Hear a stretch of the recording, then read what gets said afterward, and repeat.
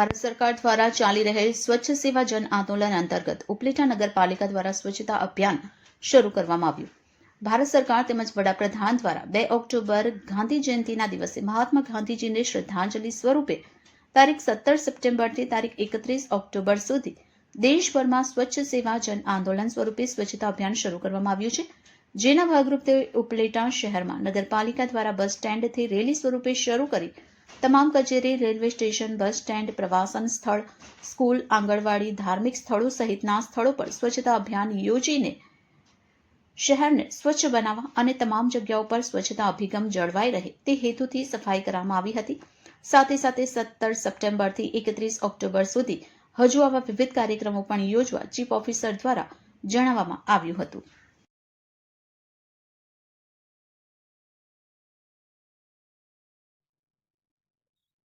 Chief officer Upleta नगर पालिका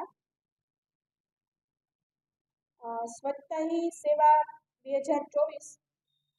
स्वच्छता ही सेवा 2024 अभियान अंतर्गत आगामी 2 ऑक्टोबरना महात्मा गांधीजी ने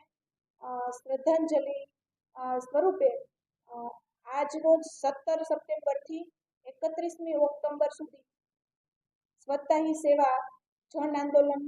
कार्यक्रम भारत सरकार द्वारा वडाप्रधान श्री द्वारा लॉन्च करवामां आवेल छे. जेमां रेलवे स्टेशन, बस स्टेशननी सफाई, प्रवासन स्थळनी सफाई, स्कूलनी सफाई, आंगणवाड़ीनी सफाई તેમજ ધાર્મિક સ્થળોની સફાઈ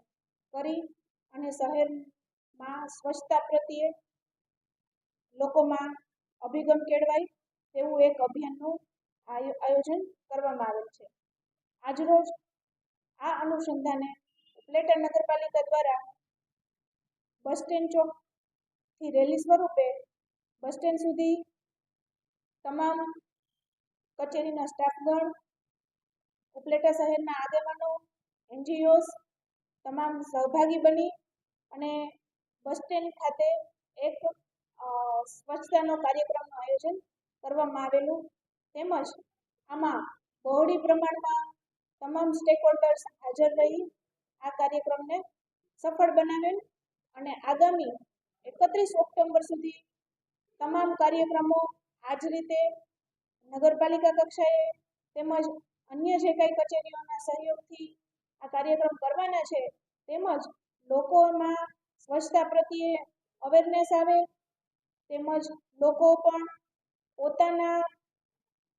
કલાકોમાં અડધો કલાક કે 1 કલાક સ્વચ્છતાની કામગીરી કરી પોતાનું સ્વચ્છતામાં શ્રમદાન આપે તેવી